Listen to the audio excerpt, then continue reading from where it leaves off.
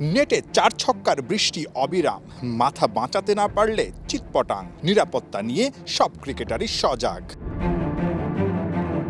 মাঠের চারপাশে আইনশৃঙ্খলা বাহিনীও প্রস্তুতি নিচ্ছে। সময়টা খারাপ, অপ্রীতিকর ঘটনা যেন বিপিএলকে করতে না পারে বানচাল, সেদিকেই কড়া দৃষ্টি সবার। এই তো নেদারল্যান্ডসের বিপক্ষে সিরিজেও দর্শকরা এভাবেই নিরাপত্তা বলয় ভেঙে মাঠে ঢুকে যায়।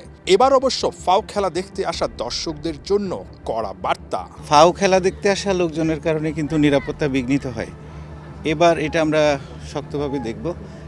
নিরাপত্তার ইস্যুটা আমাদের সবার আগে।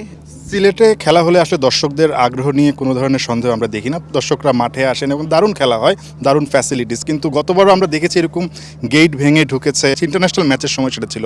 বিপিএলে অনেক বিদেশি ক্রিকেটাররা আসবে, মানে আপনি বলছিলেন যে বাড়তি ব্যবস্থা থাকবে। কয়টা স্তরের আসলে নিরাপত্তা ব্যবস্থা থাকছে বা কি কি এক্সট্রা নিরাপত্তা ব্যবস্থা থাকছে?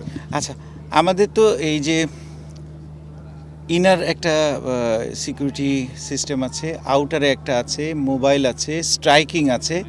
এর বাইরেও আমাদের এই যে এক্সট্রা যে সকল জায়গায় আগে মানে আনঅ্যাটেন্ডেড ছিল সেগুলোতেও আমরা এবার পর্যাপ্ত ফোর্স দিব এবং আমরা এই সিকিউরিটি এনশিওর করার চেষ্টা করব। বিপিএল ঘিরে রংপুর রাইডার্স বাদে সিলেটে পৌঁছে গেছে বাকি 5 দল। প্র্যাকটিসে ফুরফুরে মেজাজে শান্ত মুশফিক। আগের আসরে সবচেয়ে বিতর্কিত দল রাজশাহীর এবার মালিকানা আর নাম দুইটাই বদলেছে।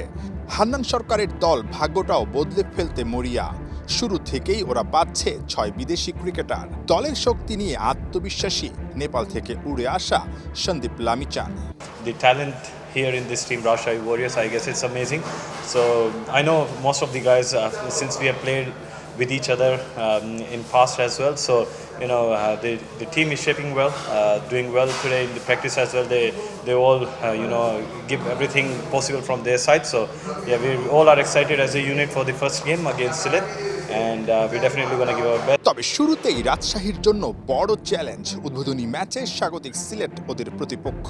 পারভেজ ইমন, নাসুম আহমেদের জন্য বিপিএল বিশ্বকাপের প্রস্তুতির মঞ্চ।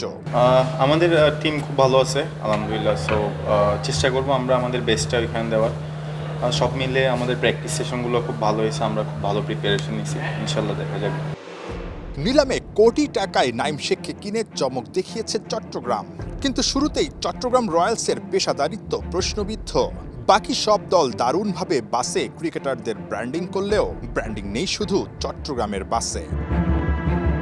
তবে আসর শুরুর আগেই ঢাকার ক্রিকেটাররা খুশি 25% পারিশ্রমিক বুঝে পেয়ে। মাঝে অনেক বিতর্ক হয়েছে, অনেক কিছু হয়েছে, বাট এবার আমি পার্সোনালি বলতে পারি যে আমাদের যে স্কোয়াড আছে, স্কোয়াডের সবাই বেশ হ্যাপি। আমরা টাইম টু টাইম সব কিছু পেয়ে যাচ্ছি। আজকে যেটা বললেন পেমেন্টটা পেয়েছি আমরা, প্লাস আমাদের গিয়ার্স চলে আসছে, আমাদের ড্রেস অন টাইমে আসছে। তো একটা এই ধরনের টুর্নামেন্টে এইরকম organise franchise very important. 26 December শুক্রবার বিকেল 3টায় বিপিএল এর উদ্বোধনী ম্যাচে মুখোমুখি হবে সিলেট ও রাজশাহী।